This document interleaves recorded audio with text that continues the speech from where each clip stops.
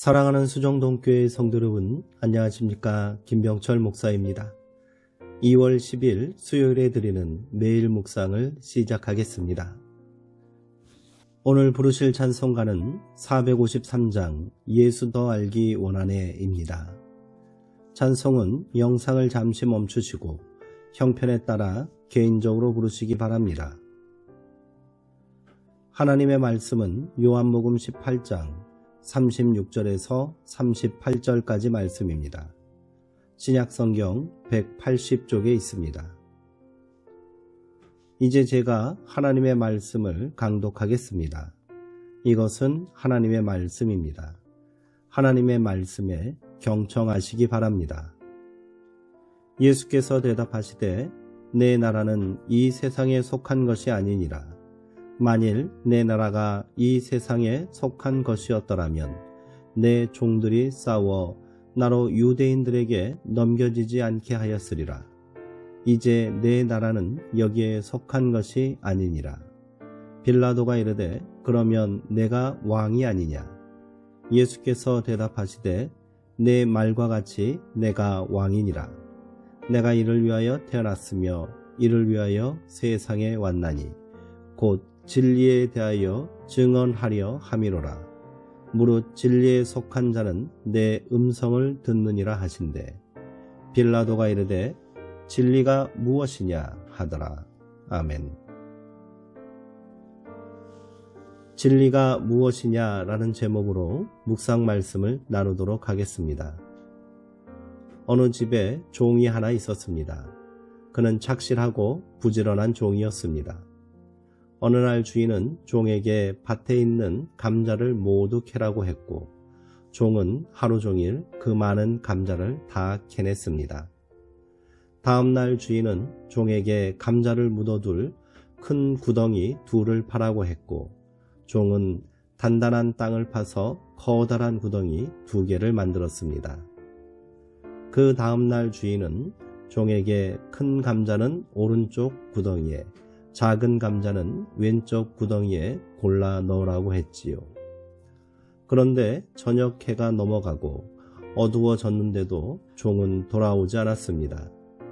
이상히 여긴 주인이 밭으로 나가보니 종이 양손에 감자를 들고 맥없이 빈 구덩이 앞에 주저앉아 있는 것이 아닙니까? 화가 난 주인이 종을 야단치자 종은 슬픈 얼굴로 하소연했습니다. 주인님, 이 일은 제게 너무 힘듭니다. 감자 하나를 들면 이놈이 큰 것인지 작은 것인지 도무지 알 수가 없습니다. 정말 죽을 지경입니다. 감자 크기를 비교하려면 감자 무더기 전체를 봐야 합니다.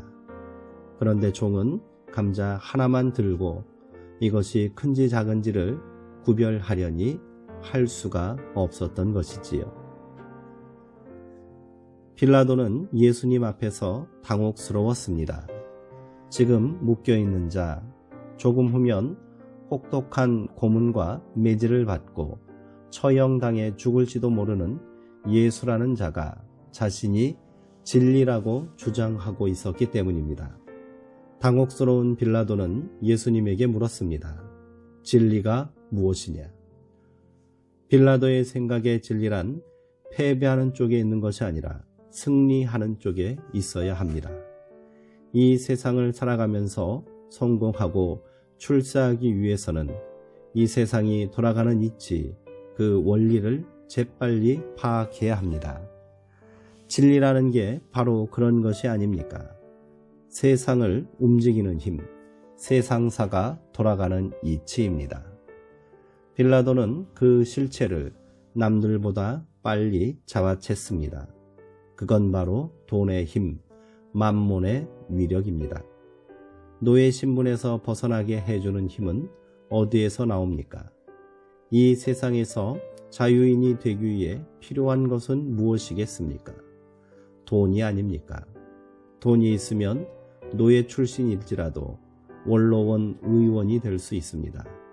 총독이 된다는 것은 많은 돈이 들지만 원래 많이 투자할수록 이익 또한 많은 법입니다.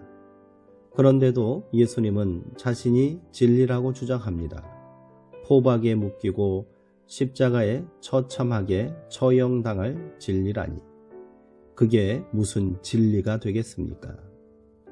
그러나 예수님의 진리는 빌라도의 진리와 달랐습니다. 예수님의 진리는 오직 하나님의 뜻 안에 있었습니다. 그것으로 인해 가난하고 핍박당하고 패배하고 죽임당할지라도 오직 그 길뿐이었습니다. 예수님에게 자유하게 하는 진리의 길은 십자가의 길이었습니다. 진리가 무엇인가? 이 질문은 빌라도의 질문이며 또한 오늘 우리의 질문이기도 합니다.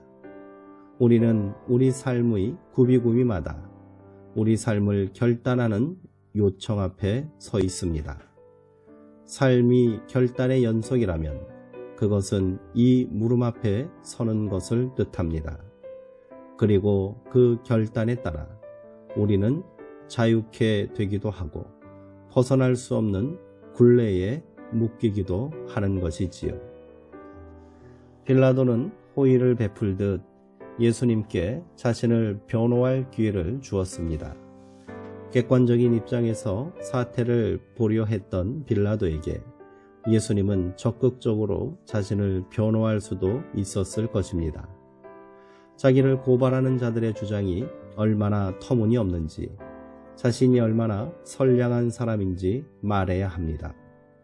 그러나 예수님은 이를 진리를 증언하는 기회로 삼으셨습니다. 예수님께서 증언하신 바의 핵심은 내가 세우려는 나라는 세상의 나라와 다르다는 것입니다. 그러면 내가 왕이라고 믿느냐는 빌라도의 신문에 예수님은 그렇다고 답하시면서 그 왕의 권세로 세상을 군림하려는 것이 아니라 세상의 진리를 증언하고 세우러 왔다고 말씀하십니다. 그리고 오직 진리에 속한 자만이 나의 음성을 들을 수 있다라고 하셨습니다. 예수님께서 증언하신 진리는 물론 하나님의 진리입니다. 생명을 구원하고 사랑으로 귀속되는 진리입니다.